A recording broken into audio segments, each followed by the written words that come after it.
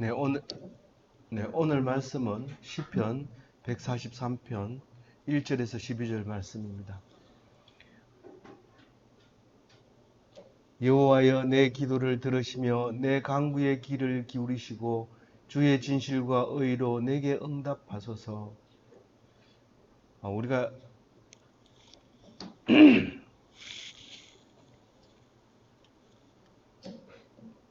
이 성경을 읽을 때 읽기는 읽는데 마음속에 들어오지를 않습니다. 그것은 그 쓴 사람의 생각하지 않고 있을 때 우리는 그 말이 무슨 말인지 모릅니다. 누가 하는지 모르는 말을 들을 때 잘 안 들립니다. 그런데 누가 말하는지 알면 무슨 말을 하지 않아도 무슨 뜻으로 나를 보고 있는지 알고 있는 것과 마찬가지로 이것은 누가 썼는지를 알 때 잘 들려집니다. 이 다윗이라고 하는 이스라엘의 왕인데 다윗 왕의 믿음으로 말미암아 예수님이 탄생하게 됩니다. 그래서 예수님이 오셨을 때 예수가 맞느냐 할 때 다윗의 후손이 맞느냐 그렇게 말을 했습니다. 그래서 다윗이 이 왕위를 영원히 물려주겠다고 하나님께서 약속받은 그 약속을 생각하면서 시를 쓰고 묵상하고 그렇게 했던 것을 알 수 있습니다. 오늘 1절을 읽어보면 무슨 말이냐 하면 1절과 2절은 같은 맥락으로 묶어졌는데요. 우리가 어떤 혐의가 있어서 검찰에서 조사를 하게 될 때 검찰 앞에 가서 얘기를 합니다. 물론 판사 앞에 가서도 얘기해야 되지만 판사에게 가기 전에 변론을 해야 됩니다. 내가 이래 가지고 이런 일이 있었는데 용서해 주십시오. 그러면 검사가 봐서 뭐 별 이상이 없고 벌 줄 게 없으면 알았다. 그리고 이제 뭐 간단하게 해결해 버리죠. 그런데 도저히 안 되겠다. 재판을 받아야 되겠다. 그러면 이제 재판을 받게 되는데 1절 말씀은 이제 검찰에서 조사할 때 대답하는 그런 말입니다. 나를 재판관에게 넘겨주지 마세요.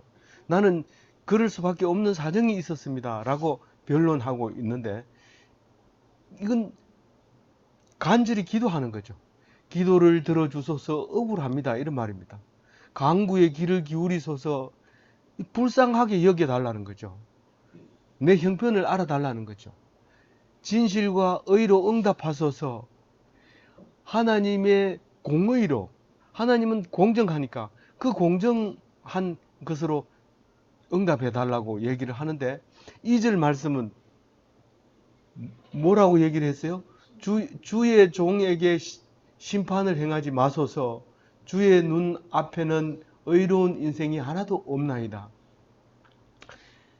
재판관 앞에 서면 벌써 다 이미 최소 벌금을 맞을 거고 감옥에 살 거고 어떤 경우에 죄가 중하면 종신징역까지 살아야 되는. 그런데 하나님 앞에서는 종신징역이 영원히 죽는 겁니다. 멸망하는 겁니다.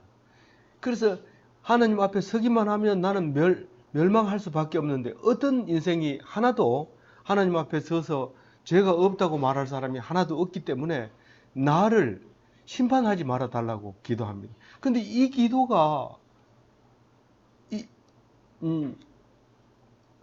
천정 가까이 있다가 예수님이 오십니다. 다윗의 후손으로 예수님이 오셔가지고 이 말을 이제 실천하게 되는 거죠.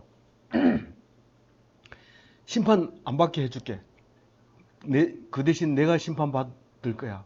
죄 없는 사람이 죄 있는 사람을 대신해서 심판을 받아서 죽게 되면 죄 없는 사람이 죄 있는 사람이 다 죄가 없어지는 거죠. 그런데 죄가 있는 사람이 그냥 가만히 있어도 벌을 받게 되는 것이고 자기가 죽으면 죄가 없어지는 거죠. 그런데 죄 없는 사람 한 사람이 딱 와서 죄 있는 사람을 대신해서 죽으면 죄 있는 사람도 죄가 없어지게 되는 것이죠. 죄 있는 사람이 내가 대신에 너의 죄를 대신해서 내가 죽을게. 그거는 원래 죽을 사람이고 죄가 있는 사람이기 때문에 소용없어요. 죄 없는 사람이 죽어야 되는데 그게 예수님이라는 겁니다. 그래서 우리는 예수를 믿으면 심판이 없어요. 다른 사람은 예수님이 오실 그날이 오면 벌벌 떱니다. 설마 그날이 오겠나? 그러면 그렇게 얘기하는 사람은 다 심판받을 사람이고, 믿는 사람은, 예수를 믿는 사람은 이미 심판을 받았기 때문에 그날을 오면 받을 상만 남아 있어요. 구원 받을 것만 있어요. 그래서 그날을 기다리고 있어요. 그게 예수 믿는 사람이에요. 똑같이 살아가는데 한 사람은 그날을 기다리고 한 사람은 설마 오겠나? 그러면서 살고 있는 거죠. 완전히 다른 삶을 사는 이야기인데, 이 다윗의 시 1절과 143편 1절과 2절을 읽었어도 우리에게 충분히 이제 그런 말씀을 드릴 수가 있는 거죠. 그리고 3절에는 3절부터 4절까지는 너무 힘듭니다. 그 얘기하면 너무 힘듭니다. 내가 지금 원수가 나를 핍박하고 나를 무시하고 도대체 살아가는 것이 밝은 희망이 없고 어둠만 있습니다. 그 말을 하고 있는 거예요. 3절 같이 읽어볼게요. 원수가 내 영혼을 핍박하며 내 생명을 땅에 엎어서 나로 죽은 지 오래된 자 같이 나를 암흑 속에 두었나이다. 친구들 중에는 어떤 친구가 왕따 당할 때는 마치 없는 것처럼 지나다니면서 눈도 안 보고 그냥 그림자처럼 쌍 이렇게 쌩 까면 그 사람이 얼마나 불쾌할 것 같아요. 그런데 지금 나를 죽은 지 오래된 자 같은, 시체 같은, 냄새나는, 가까이 가지 않으려고 하는 그런 사람처럼 생각한다는 거예요. 누가요? 원수가. 내 영혼을 계속 핍박. 도대체 내가 왜 저 사람만 보면 힘든지 몰라요. 그 영혼을 핍박하니 그게 원수예요. 원수 정해놓고 원수는 나를 핍박하는 거다. 그게 아니라 핍박하는 사람이 원수인 거예요. 원수가 나를 핍박하는 게 아니라 핍박하는 사람이 원수라고. 그래서 나를 무시하고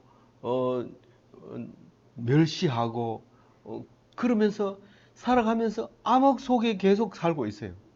내가 좀 희망적이고 오늘 좋아하는 사람, 사랑하는 사람 만난다고 하면 이게 흑암이 아니죠. 밝은 빛이죠.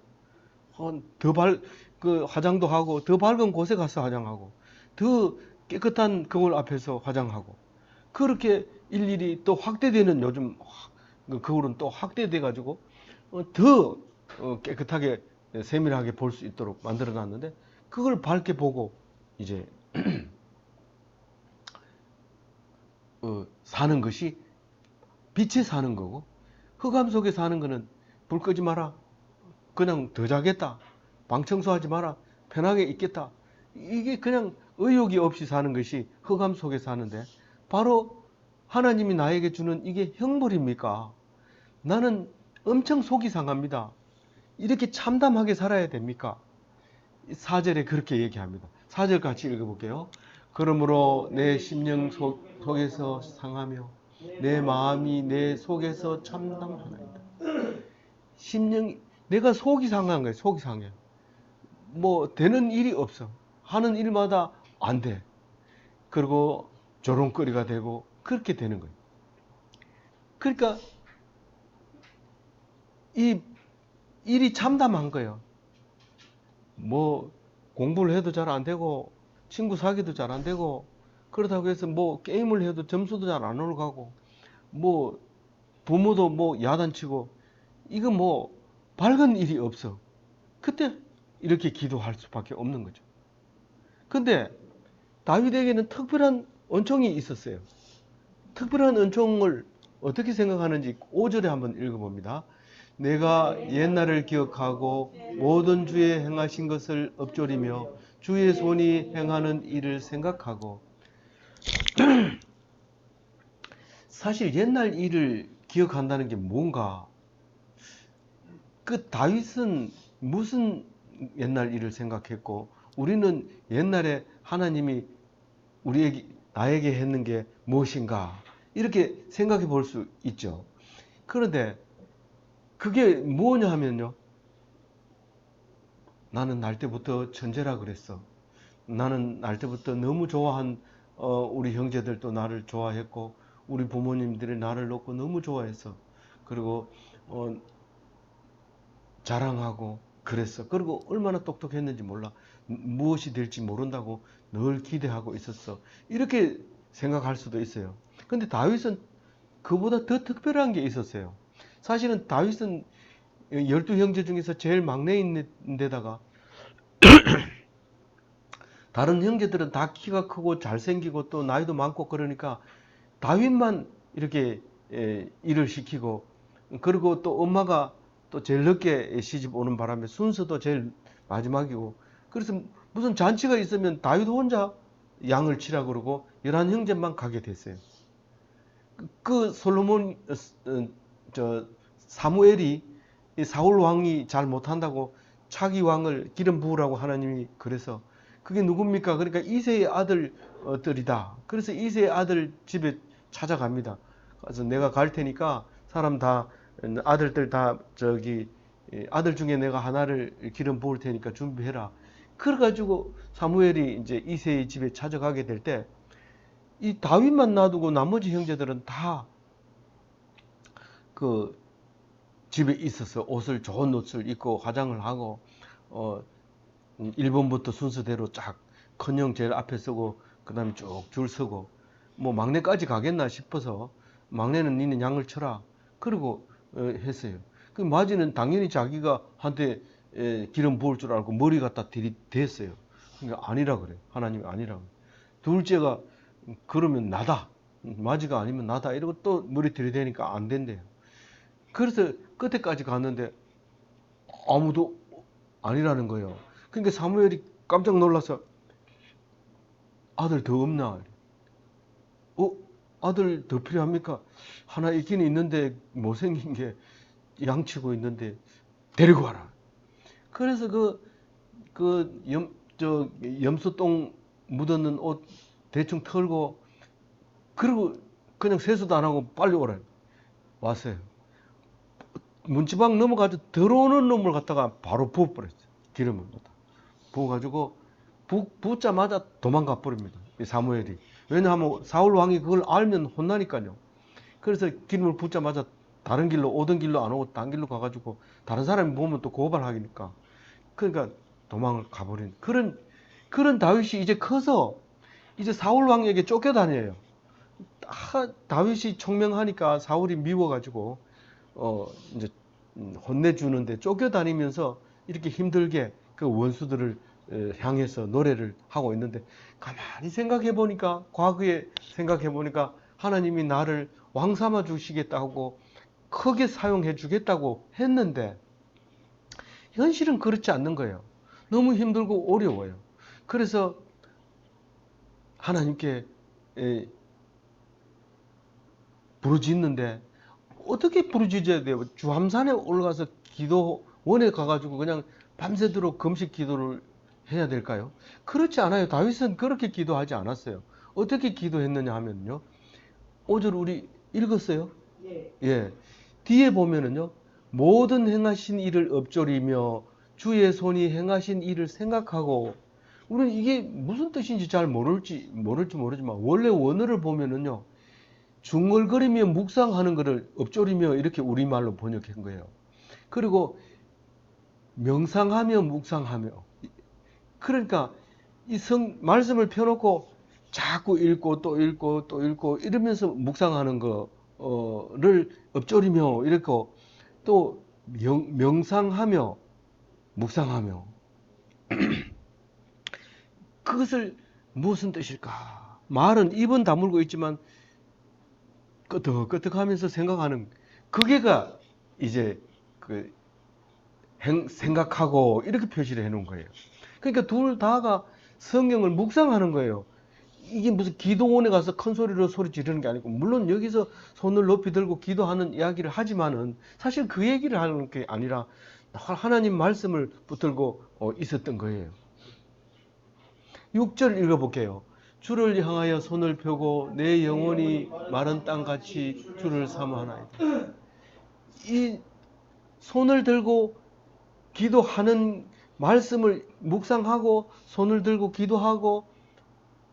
기도하는데 그냥 이번 시험에 잘 치게 해주세요, 그런 기도가 아니에요. 시험 잘 쳐서 뭐 하려고 그래요? 친구한테 미움받으려고요. 시험 잘 치면 친구한테 미움받아요. 그들은 축하한다, 네가 있어서 네 같은 친구를 친구로 둬서 난 영광이다, 이렇게 얘기하지만 보통 친구들은 속으로 그렇게 생각 안 합니다. 겉으로만 그렇게 얘기합니다. 어떻게든 내가 너를 이기고 말겠다 그러든지, 나는 공부를 못했지만 돈은 더 많이 벌 거야 이러면서 미워하는 거예요. 만나기 싫어하는 거예요. 잘생겨도 그래요. 또 그렇고 뭐든지 잘해도 칭찬하고 자랑하고 막 그러지만 그거는 머리 쓰는 거고요. 그런데 이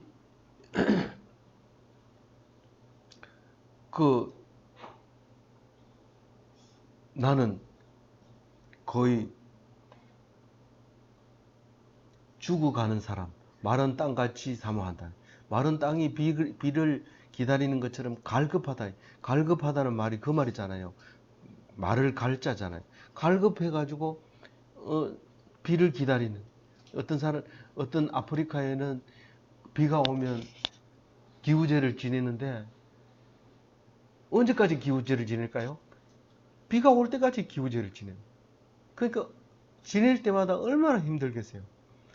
그런 간절함으로 내가 손을 펴서 기도합니다. 오직 의지할 분은 하나님밖에 없습니다. 그렇게 하면서 손을 들고 죽게 된 지경에서 기도를 합니다. 그리고 이건 지금 노래이기 때문에 박자가 있어야 되는데, 박자는 이게 성경에다 기록하기 어려우니까 중간중간에 셀라를 넣습니다. 셀라는 이제 잠시 쉬고, 의미도 달라질 수도 있지만 의미가 너무 고조되어 있기 때문에 그렇게 이제 쉼 표시로 셀라 이렇게 표시를 한 거죠. 7절 같이 읽어봅니다. 여호와여 속히 내게 응답하소서, 내 영이 피곤하니이다. 주의 얼굴을 내게서 숨기지 마소서. 내가 무덤에 내려가는 자가 될까 두려워. 이걸 자꾸 읽으면 훨씬 더 잘 이해가 되지만 얼핏 읽으면 잘 이제 무슨 뜻인지 모릅니다. 나는 그 약속을 믿습니다, 이런 말이에요. 7절은 그게 무슨 말이냐면, 나에게 기름 부었고 나를 영원한 멋진 왕으로 삼아줄 것을 믿습니다. 그러면서 이 7절을 말하는 거예요. 속히 응답하소서. 이 말은 나를 그렇게 약속해 줬으면 그대로 할 수 있도록 좀 해 주십시오, 그 말입니다. 나는 지금 도움을 안 주면 내가 죽을 지경인데, 그럼 그 일을 이루어지지 못할 텐데 도와주십시오, 그렇게 말합니다. 그래서 영이 지쳤습니다. 내 영이 지쳤습니다. 생각하기도 싫고 생각도 나지 않습니다. 뭔가 생각을 해야 되는데 생각조차도 하기 싫고, 생각하려고 해도 생각도 안 납니다. 그렇게 얘기하면서 숨기지 마소서. 응답이 없으면 나는 숨은 걸로 알겠습니다, 이 말입니다. 응답해달라는 거예요. 근데 오래 기도하다 보면 하나님이 응답해 줍니다.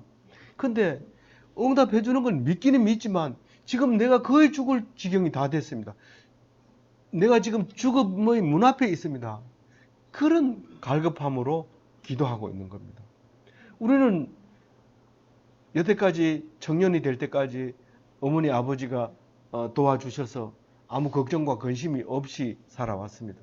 그러나 아버지 어머니 중에는 특히 살기 힘들어서 자립으로 청년 때를 살아온 사람도 많습니다. 그럴 때 우리는 그 아버지 어머니의 기도를 알 수 있지만 우리가 이런 기도를 드리려고 하면 그렇게 쉽게 나오는 기도는 아니지요. 그러나 이 기도를 알아놓으면 우리가 힘들 때, 어려울 때 살아남습니다. 오히려 잘 나가면 반드시 어려울 때가 옵니다. 오히려 아무것도 별 볼 일 없을 때는 자살할 일이 없지만 잘 나가면 자살할 확률이 훨씬 높아집니다. 그것은 어려움을 못 겪어봤기 때문에 그런 일이 생기는 것입니다. 그래서 우리는 어려움을 못 겪어봤을 때 위험 수위가 훨씬 더 높아집니다.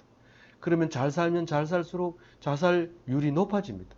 이 3만 불 시대를 넘어서면 자살이 죽는 자의 확률이 굉장히 높아지게 되죠. 그것은 하나님 말씀을 잃어버렸기 때문에 하나님 말씀은 어려울 때는 자동으로 찾아옵니다. 내가 찾아갑니다. 교회 십자가만 봐도 눈물을 흘리면서 찾아가서 기도하면서 그렇게 합니다. 그러나 형편이 좋아지면 십자가 불빛 눈부신다 끄라. 교회 종소리 듣기 싫다 치지 마라. 교회 다닌다고 얘기하지 마라. 너 같은 인간들 때문에 우리가 일을 더 해야 되지 않느냐. 온갖 비방을 하게 됩니다. 그러나 힘들고 어려워지면 우리 동네에 왜 교회가 하나도 없어? 이렇게 교회를 찾게 됩니다. 네가 편할 때 다 죽였잖냐? 목사를 굶겨 죽였잖냐? 그 목사가 10년 하다가 도저히 교인이 없어서 막노동 하다가 결국은 그 길로 갔잖냐? 교인들 목사들 다 굶겨 죽이는 거예요. 교회 안 나오니까요. 그래 놓고 힘들고 어려우면 같이 죽을 수밖에 없는, 구원받지 못하게 되는 거예요. 그렇게 이 성경을 읽어 놔야 힘들고 어려울 때 성경을 찾을 수 있는 힘이 생기고, 교회 목사님 없어도 좋다. 나는 말씀 전에 들은 거 있다. 해석할 줄 안다. 그런 말씀 읽으면 다윗처럼 왕이 되는 거예요. 제사장이 되는 거예요. 그리고 지도자가 되는 거예요. 그래서 다 훌륭한 다윗 닮은 사람 되시기 바랍니다. 8절 같이 읽어봅니다. 시작. 아침에 나와서 주의 인자한 말씀을 듣게 하소서. 내가 주를 의뢰하는도다. 내가 다니는 길을 알게 하소서. 내가 내 영혼을 주께 드리는도다. 이 다윗은요, 그냥 수요일 날만 와가지고 목상 예배 참석하고 그냥 집에 가고 성경은 안 보고 이러고 하나님이라고 기도하지 않습니다. 날마다 기도하는데 아침에 그 말씀이 읽어지게 해달라는 거예요. 아침에 그 말씀이 읽어지게, 말씀을 들을 수 있게 귀를 열어달라고, 눈을 보게 해달라고 그렇게 기도합니다. 아침에 이 말은 날마다 말씀을 읽고 있다는 말이죠. 그렇죠? 예. 예. 날마다 말씀을 듣는데 저녁 때 말고 아침에 이해가 되게 해달라는 거예요. 그 말씀이 이해가 돼야 그 말씀을 붙잡고 오늘 하루를 나의 갈 길을 갈 수 있다는 거예요. 내가 설명서도 안 읽고, 인생의 설명서도 안 읽고 인생을 살아가면 시행착오가 있어요, 없어요? 그런데 매뉴얼을 읽고 가면 시행착오가 없어요. 그 매뉴얼이 성경이에요. 어떻게 해야 될지. 성경을 읽고 핍박을 받으면 그건 시련이고 하나님께서 주는 훈련이지만, 성경을 안 읽고 시련을 받으면 그건 시련이 아니고 쪽팔리는 거고 완전히 실패한 거고 사는 게 재미가 없어지고 그렇게 되는 거죠. 결국은 쓸데없는 짓을 하다가 사망하게 되는 그거죠. 근데 말씀이 있으면 그 말씀에 힘이 있어지고 능력이 있어지고 보람이 있어지고 희망이 있어지고 그게 빛에 거하는 거죠. 내가 갈 길을 아침에 가르쳐 달라고 그렇게 얘기하고 있습니다. 9절 읽어봅니다. 여호와여 나를 내 원수들에게서 내가 주께 피하였습니다. 그 원수들에게서 나를 건지소서. 주께 피합니다. 이 말은 원수를 이기는 방법은 하나님이 나를 가르쳐주는 수밖에 없습니다. 주님 외에는 아무도 없습니다. 예수님이 오셔서 평화, 평화, 샬롬, 샬롬, 온 사람들이 샬롬, 샬롬 하는데 전쟁을 일으킵니다. 전쟁을 왜 일으키려 하니까 우리의 평화를 위해서 전쟁을 한다. 그렇게 얘기합니다. 그렇게 얘기합니다. 그러니까 전쟁 없는 평화는 있을 수 없는 거죠. 평화를 위해서 전쟁을 할 수밖에 없는 거죠. 근데 예수님이 그게 아니다. 평화를 위해서 전쟁한다면 그러면 전쟁도 당연한 것이고 평화도 당연한 거면 그는 말이 되지 않는다. 진정한 평화는 전쟁이 없어야 된다. 그렇게 말하면서 전쟁을 없애려면 어떻게 해야 돼요? 십자가를 져야 된다. 그 십자가를 어떻게 져야 돼요? 누가 져야 돼요? 내가 져야 돼. 예수님처럼 내가 져야 돼. 그래서 나처럼 십자가를 지는 것이 샬롬이다. 평화다. 그렇게 가르쳐 주시면서 십자가를 졌어요. 그런데 그 십자가를 지는 속에 그 영혼은 엄청난 전쟁을 하는 거죠. 네가 십자가를 지면 누가 인정해 주나? 네가 그것을 알아주기나 하냐? 십자가를 왜 지냐? 네 혼자 모든 욕설을 네 혼자 다 먹을 거야. 네는 죄인이야. 극형에 처해지고 제일 죄를 많이 진 사람이 받는 벌을 십자가를 져야 돼.